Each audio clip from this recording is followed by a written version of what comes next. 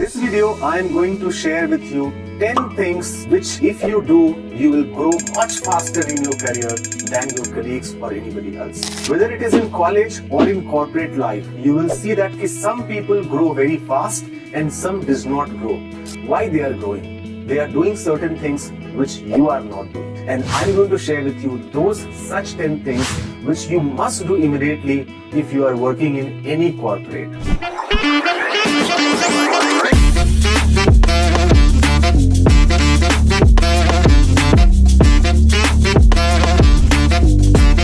The first thing which you should do is to have mentors. You are a fresher or you may have 5-10 years of experience.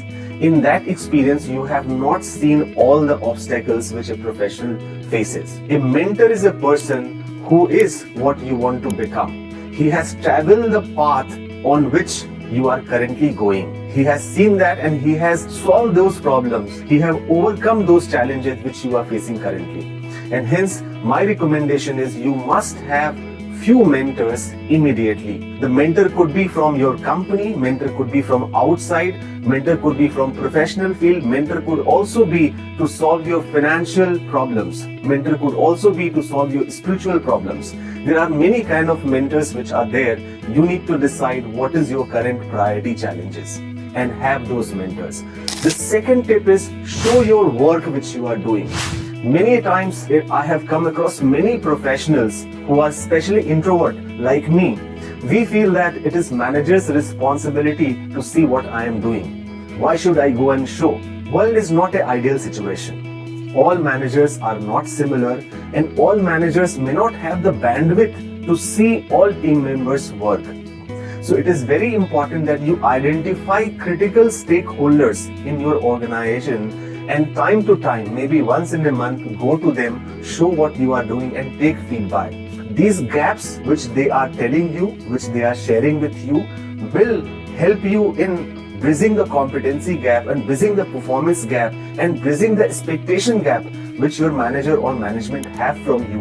And if you do that, your growth will be much faster. The third thing you should do is network with people. Now, networking should be within the organization and outside the organization also. Within the organization has to be in person. Identify 4-5 key stakeholders in the organization with whom you think that you will be able to learn from them. At the same time, whatever industry you are in, suppose you are working in manufacturing company or you are working in IT company, try to build network with people who are outside your organization.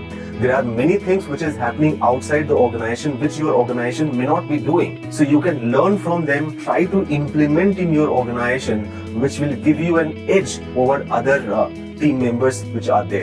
The next is career planning. It is your career. Your career is not the responsibility of your manager or the company. Your career is your career and you need to be responsible for your career. When you are planning your career, you need to look 3 years or 5 years from now. What do you want to become? What is the competencies which are required? What is your competency right now? And quickly you will be able to figure out the competency gap which you have. And with the help from the learning and development program, with the help from your networking people, with the help from your mentors, try to bridge those competencies, try to learn those competencies so that you are able to achieve your career goal which you have set for yourself after 3 years or 5 years. And when you have identified the gaps which are there, don't ignore the feedback of the manager. This is something which is very critical. Whenever review happens or whenever any monthly review or quarterly review happens with your manager or anybody in the organization which matters, they give you certain feedback that you are not assertive, your agility is missing, you delay work or your functional competency is less. Whatever feedback they are giving you, try to note it down and work on that feedback. The next is getting into a comfort zone. Many times I have seen that if your role is being changed, you become very uncomfortable. If your location is being changed, you become uncomfortable. If your manager is changing, you become uncomfortable. Please remember, you will only grow in your career if you are going through multiple roles. So if any role change is happening, location change is happening, or any new project has been given, that's a blessing for you. Because any additional job, any project which is being given to you, that is because the manager trusts you. They feel that you have it in you to do that job, and that is an opportunity to show that you can deliver that job and you can race ahead from your team members.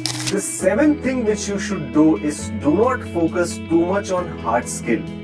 You must focus a lot on soft skill, because initial 2-3 years your functional skill, your hard skill is very important to do the job, to show that you have the competency, you have the skill to perform your job. But once you have completed 3 to 4 years time, your people skill, your managerial skill, your interpersonal skill, your skill to get the job done through others, your skill to influence others becomes extremely important. So even if you are starting your career, identify 3-4 people skill which are very, very important and which will determine your success.